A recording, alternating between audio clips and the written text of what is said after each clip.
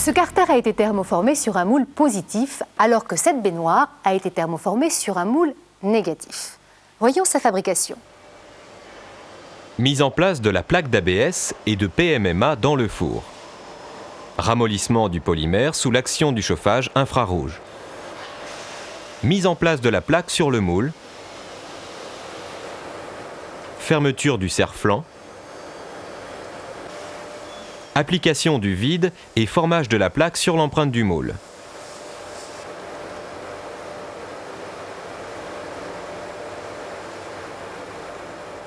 Refroidissement de la pièce par air pulsé. Et enfin, démoulage de cette baignoire d'angle.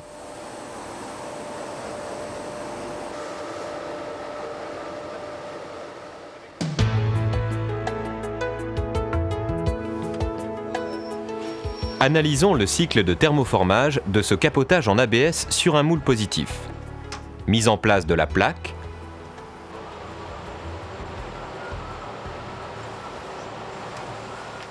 Fermeture du serre-flanc. Avance de la voûte chauffante. Ramollissement de la plaque. Bullage de la plaque. Montée du moule dans la bulle.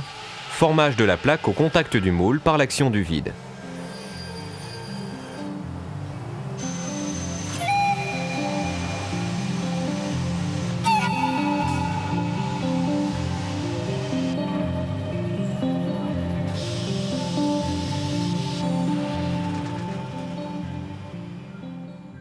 Toutes ces pièces sont thermoformées par le même procédé. Dans le complément d'information du module, votre formateur vous montrera l'intérêt du bullage sur la régularité de l'épaisseur des parois et sur l'aspect de surface.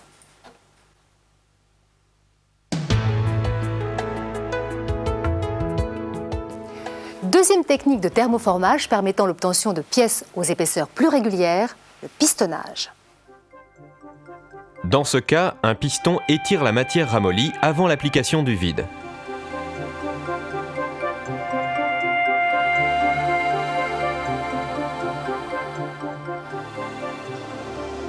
Ce carter en polystyrène choc présente des nervures hautes et étroites qui sont formées par l'action combinée de pistons métalliques, recouverts de feutre, et du vide. Observez.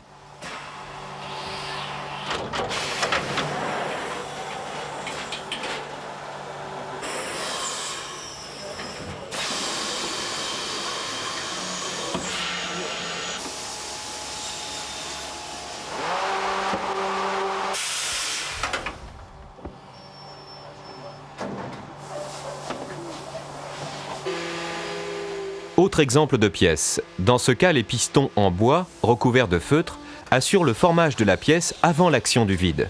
Les spécialistes parlent cette fois de pistonnage et de poinçonnage. Dernier exemple, le cas particulier de cette planche de bord en ABS.